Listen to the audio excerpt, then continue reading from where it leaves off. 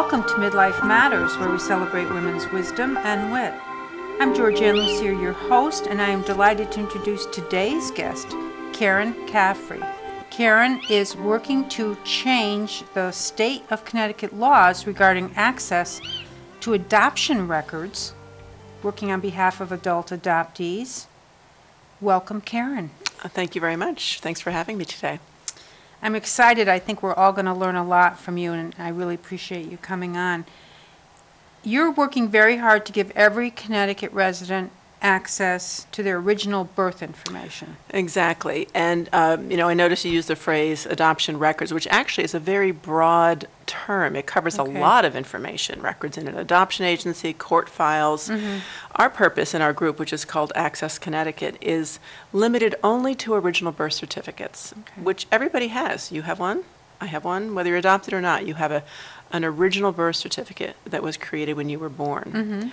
The difference for adoptees is that in most states, adoptees do not have the legal right to obtain a copy of that. Because this is governed by state law, not federal law, there is a mishmash of laws governing access in different states. The myth and misinformation and stigma around this information was so big that it's been like a Herculean effort across the country to restore this right for a human being like myself to know where they came from.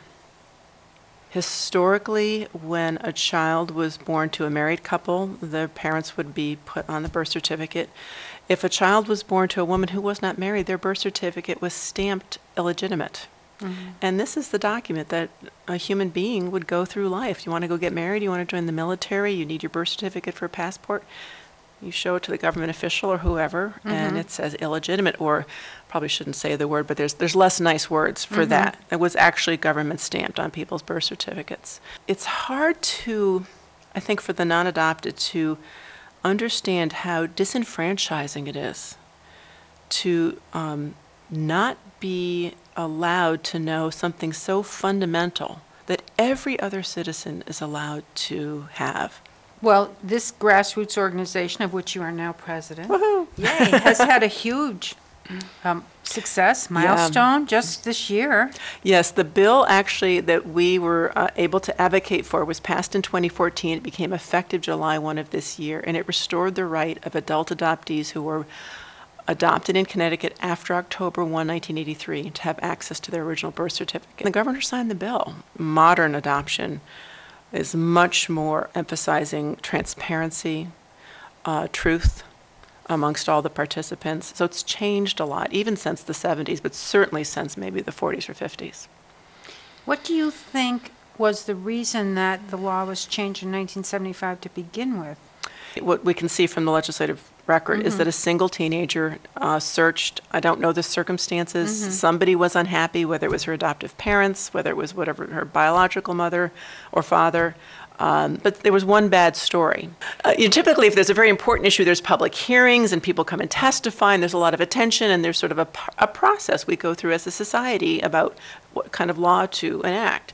This particular change didn't go through that. It was just an amendment thrown up in the last minute. It went through. Nobody probably even noticed for a while. Yeah, that seems arbitrary. There actually was it's a compromise. There was a reason. There's an affidavit in Connecticut that all biological parents have signed since 1983 when they terminate the right to their children. That says, I understand that my adult child may be given information that identifies me. So that was kind of something people could hang their hat on as a first step. For example, we are part of the mishmash now.